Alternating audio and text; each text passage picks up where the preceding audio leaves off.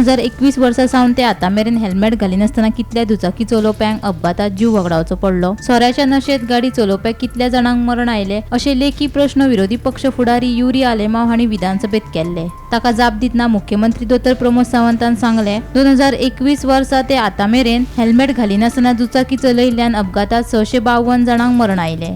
दक्षिणेत 323 जाल्यार उत्तरेत 329 जाणांक मरण आयला। तशेंच सोऱ्याच्या नशेत गाडी चलयतल्या 63 जाणांक जीव वगडावचो पडलो।